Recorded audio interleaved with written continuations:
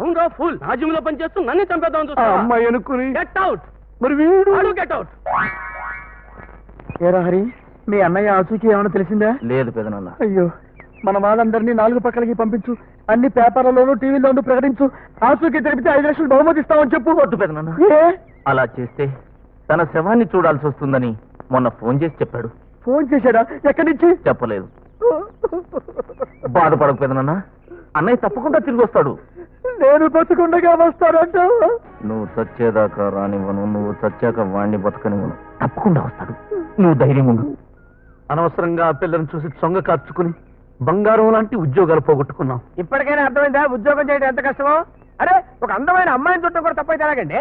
అందుకే నా మాటిని 7 o'clock bed కొనుక్కొని 8 o'clock సెంటర్కి వెళ్తే 9 o'clock కల్లా చేతి నిండా పర్సులు, జేబు నిండా డబ్బులు సంపాదించుకోవచ్చు. నీ తత్ర బిత్ర ఉత్తర చిత్ర గిత్ర బిత్ర బిత్ర నాకు అయ్యి బాబాయ్, తిట్టేవా పొగిడేవా? తెలుగులో తిడితే సెన్సార్ అవ్వదని ఒరియాలో తిట్టాను.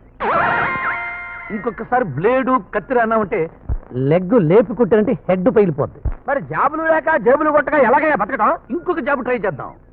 ఐడియా ఏమిటిది? ఏ పిల్ల వల్ల అయితే మనం జాబులు పోగొట్టుకున్నామో అదే పిల్లని అడ్డం పెట్టుకుని జాబులు సంపాదిద్దాం. హౌ?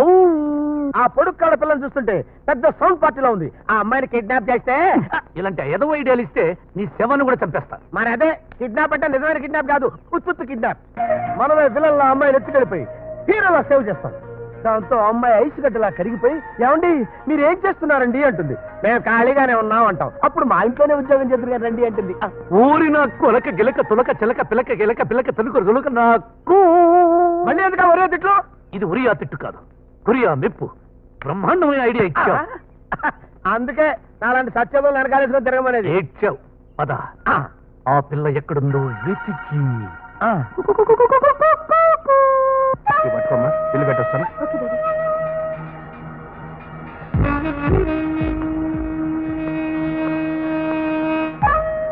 అందులో మన ఎంప్లాయ్మెంట్ ఆఫీసర్, దాని వెహికల్ కూడా అయితే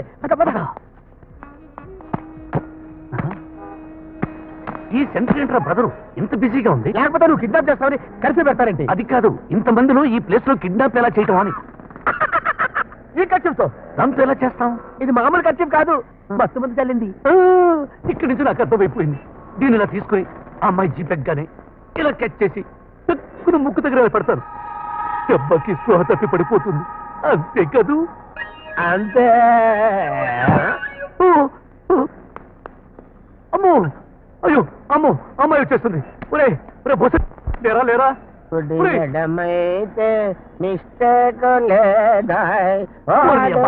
అట్లా లేవరా, ఆ అమ్మాయి వచ్చేస్తుంది. రేయ్,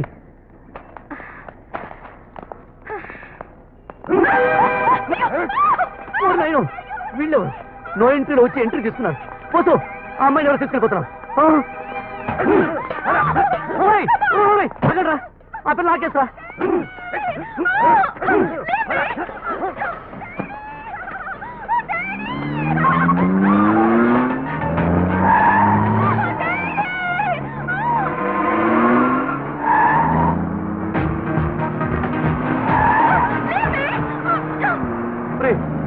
ఎవరా ఆ పిల్ల? ఎవరు ఎత్తుకుపోతున్నారు? పోతే పోనీ పోరా. నరుమయ్యి,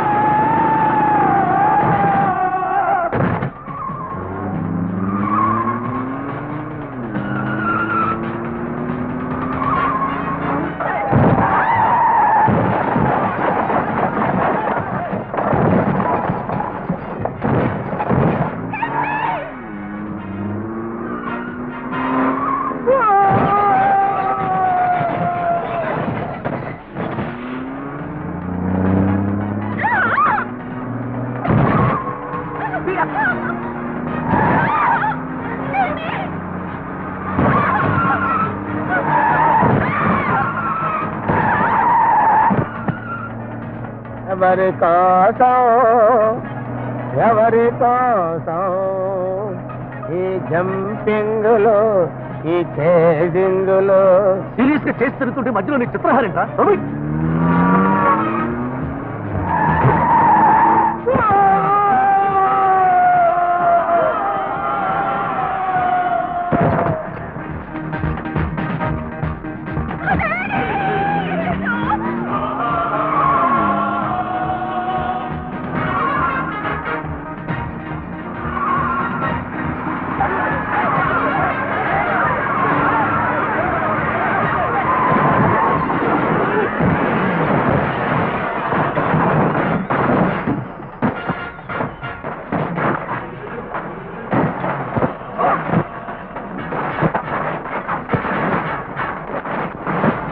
ముస్తాఫా ముస్తాఫా డోంట్ వర్రీ ముస్తాఫా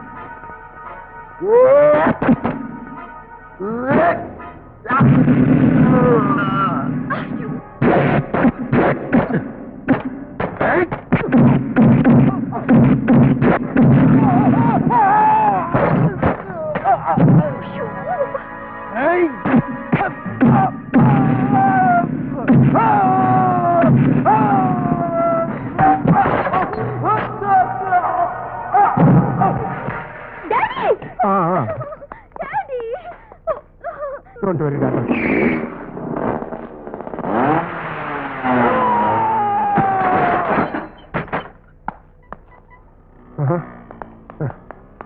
ఎవరు బాబు నువ్వు?